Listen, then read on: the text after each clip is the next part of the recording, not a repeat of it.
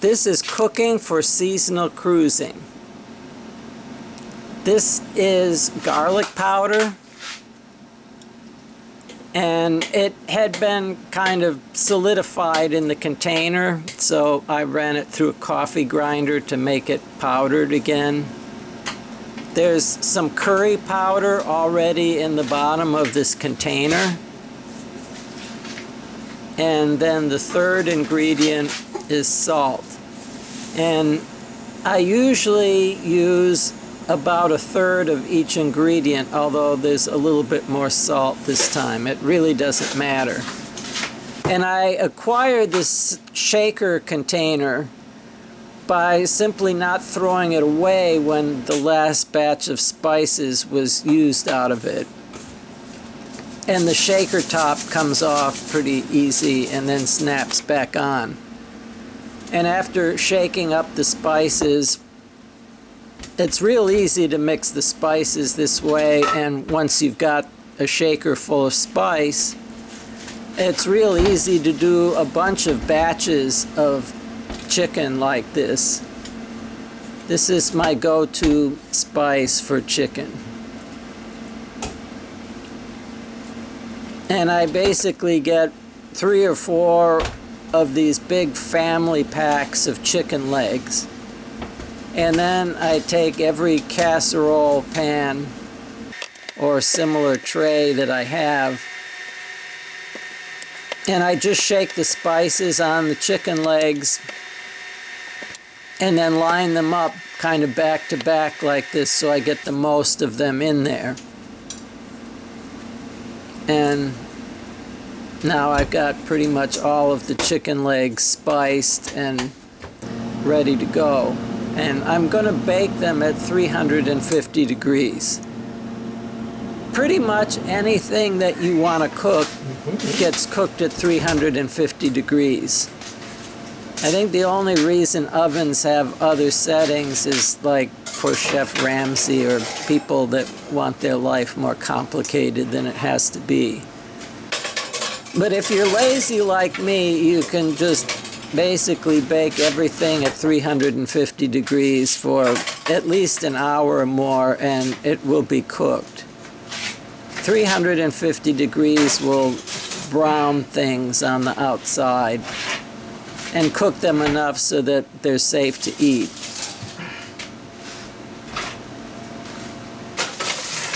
Now, I'm going to cook these chicken legs for 2 hours, but there's going to be an important step halfway through, so I'm setting a timer for an hour, and sometimes I check back sooner than that.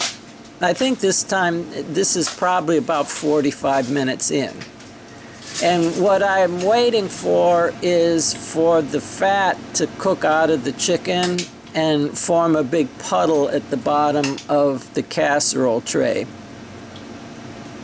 And I've bent this spoon a little bit so it works better as a ladle. And I'm scooping up the fat and pouring it over the top of each piece of chicken. And it's important that you get pretty much all of the chicken leg covered with the fat, because this is going to form like a crust that seals in the juices and lets me bake it much longer. If I hadn't put the fat on top of the chicken legs partway through the cook, they'd be pretty dried out by now. But with that crust made by the fat, it seals in the juices and the chicken becomes very tender. It almost falls apart after 2 hours of cooking. And it doesn't dry out because the oil or the fat on top kind of seals it in.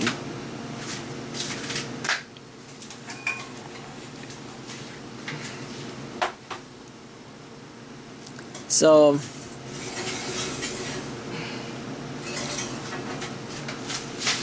there's a lot of trays of chicken now. And you can see it's golden brown. In some of the smaller casseroles, most of the fat has kind of evaporated. There's some left in the bigger trays. All of this is very well cooked. So I let it sit for a while until it's not really hot. It's still warm. I want it cool enough so that it's not going to melt a hole in the plastic bags that I'm putting it in.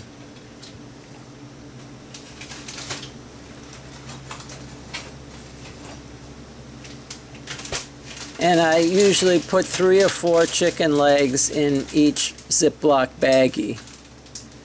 And then I'm going to seal it up and move on to the next tray and the next and the next. And I'm going to bag up all of it except for these 3 legs that I'll eat for dinner tonight myself.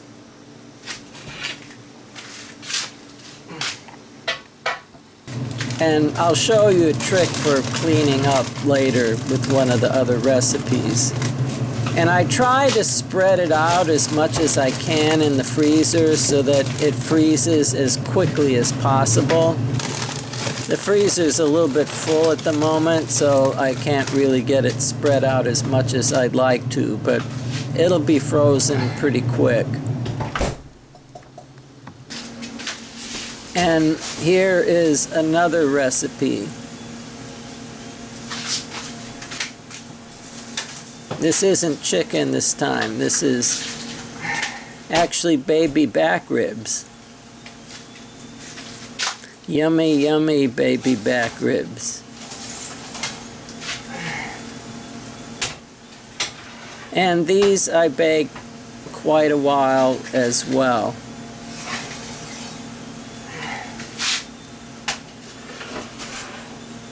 And they're baked just a little bit longer than recommended, and they're very tender, and again, like the chicken, kind of fall off of the bone as you're eating them.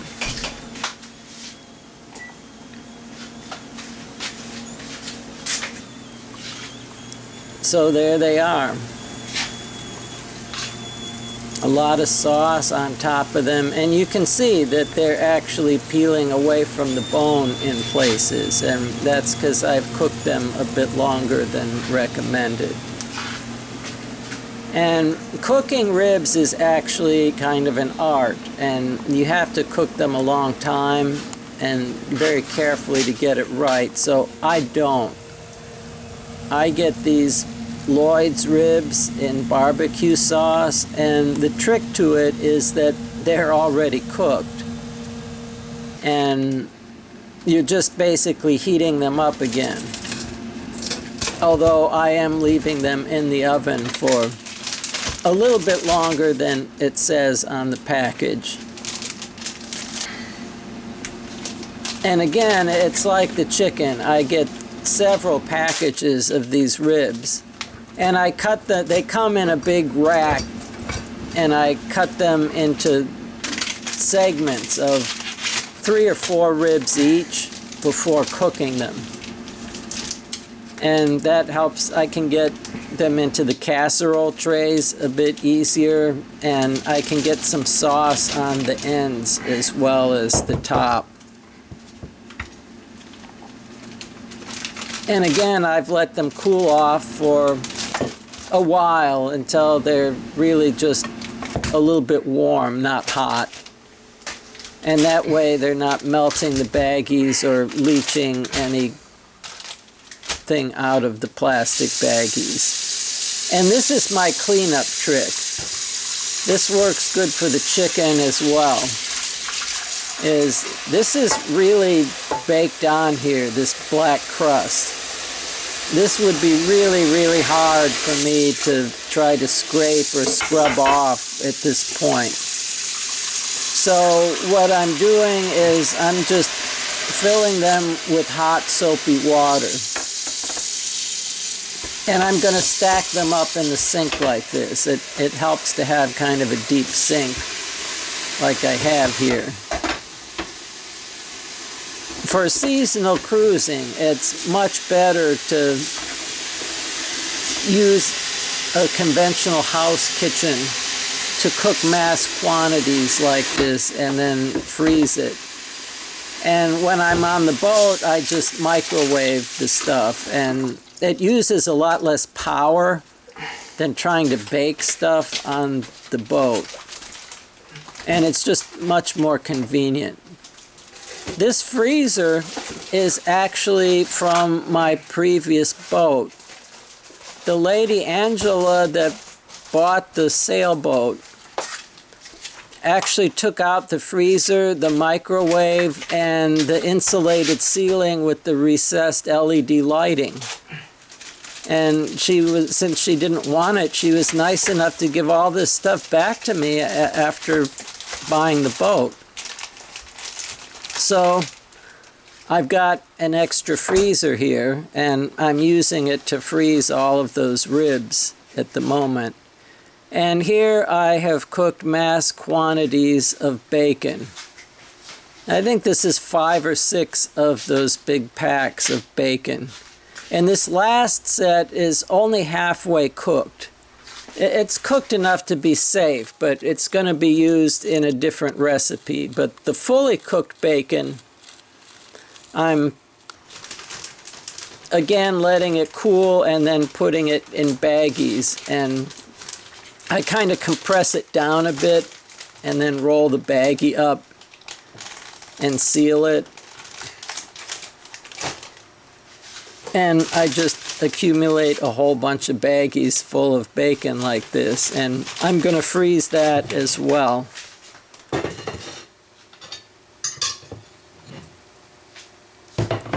When I cook it, the first bit of bacon is the hardest, and it helps if you get the thick cut bacon so it doesn't want to tear apart so much sticking to the bottom of the pan. And what I really want to do is get a really deep puddle of oil of bacon fat in the frying pan.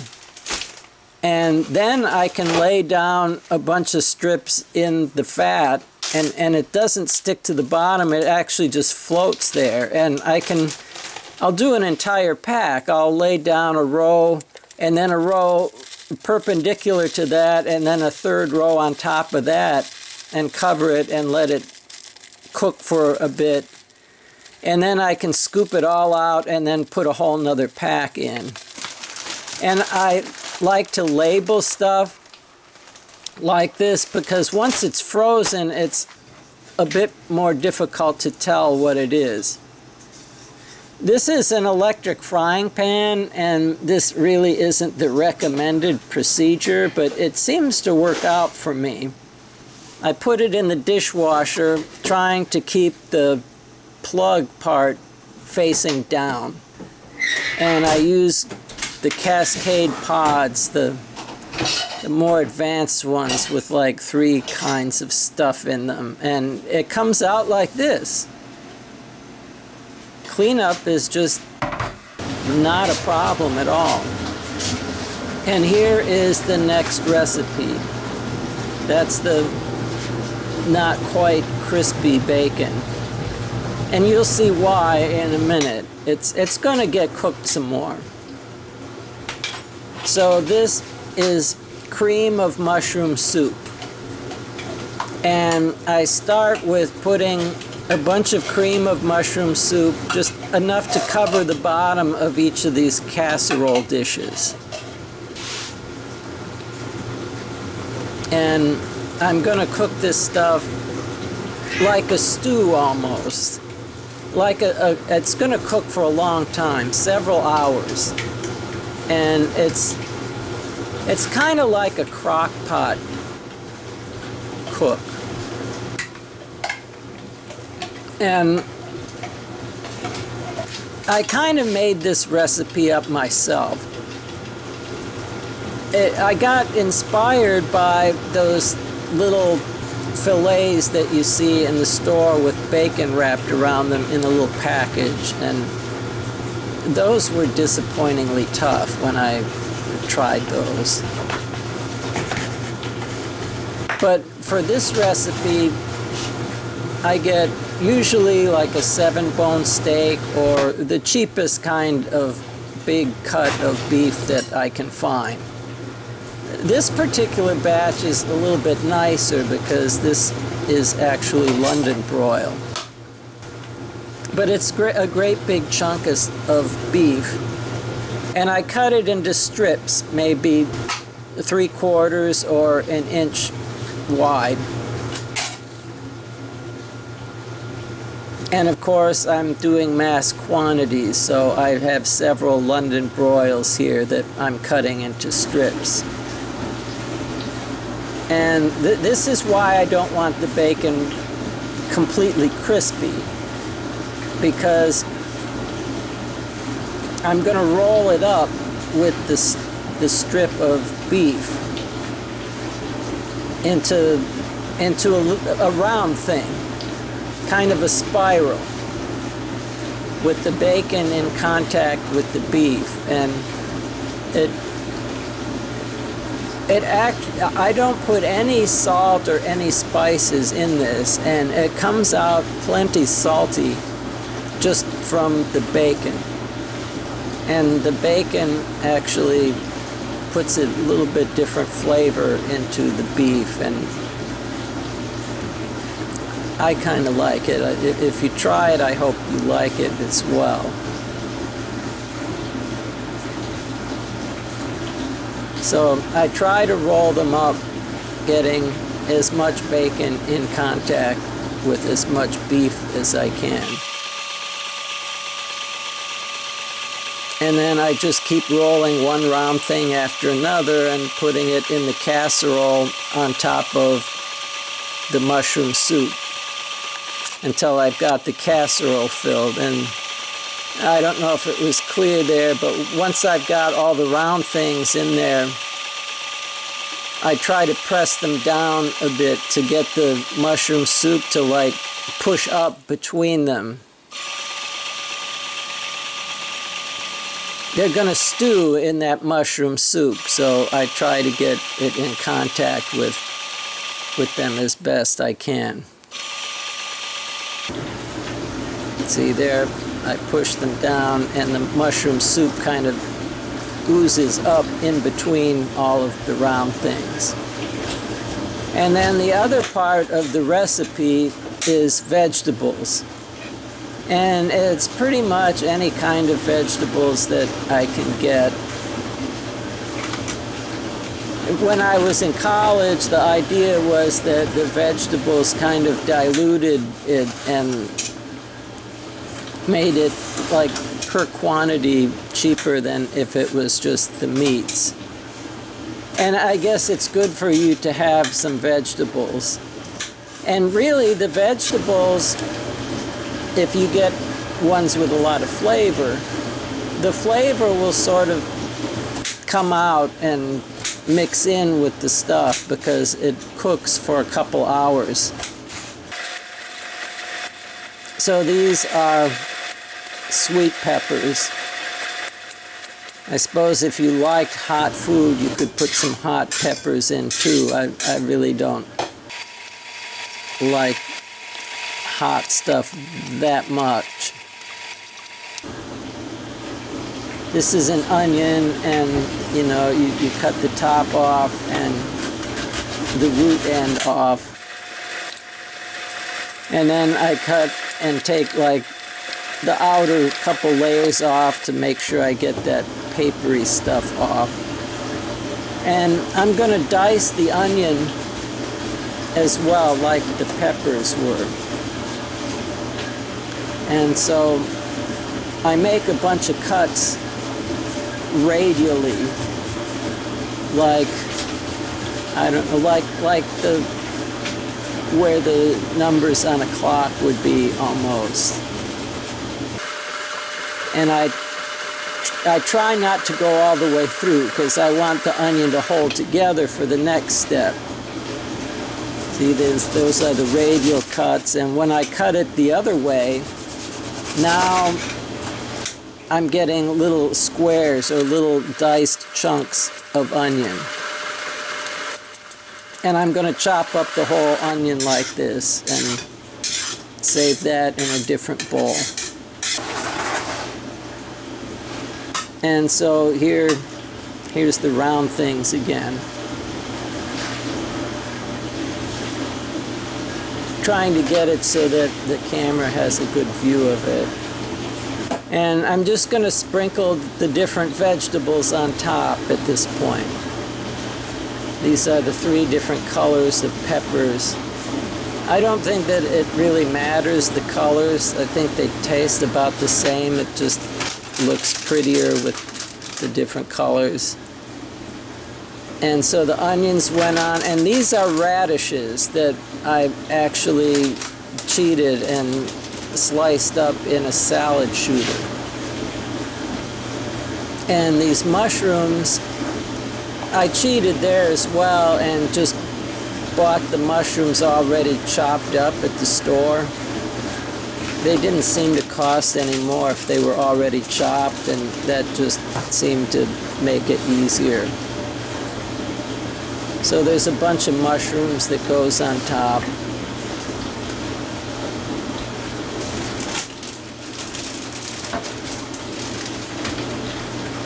And this is shredded carrots. And I got whole carrots and put them through the salad shooter with a different blade in it, and it shreds them like this. And again, I'm pushing everything down, trying to get as much of the mushroom soup to come up between the stuff as possible. And of course, this is cooking in mass quantities, so I've got every casserole dish that I own, and just one after the other, I've got casseroles full of round things.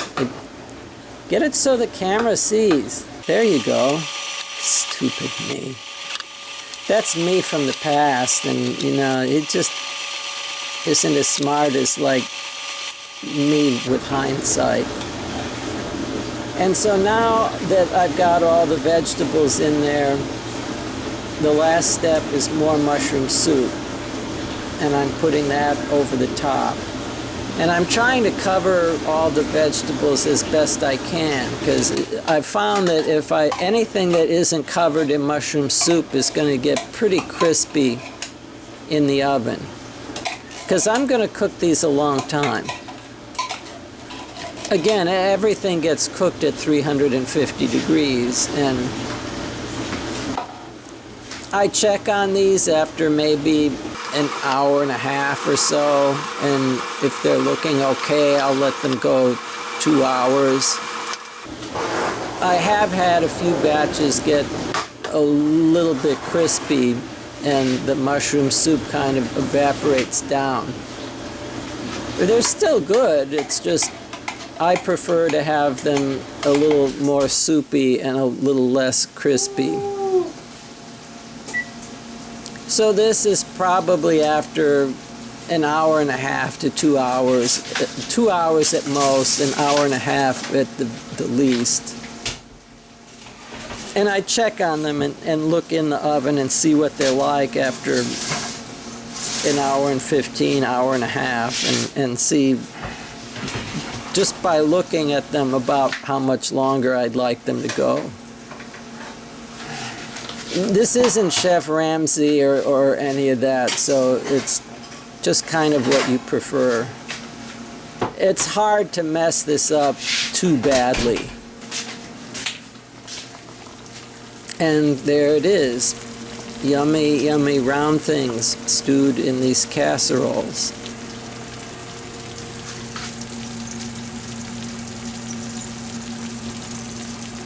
And again, I'm going to scoop these out. I'm going to let it cool, and then scoop this out and fill it in Ziploc baggies, and then freeze it and reheat it on the boat. And that is mass quantity cooking.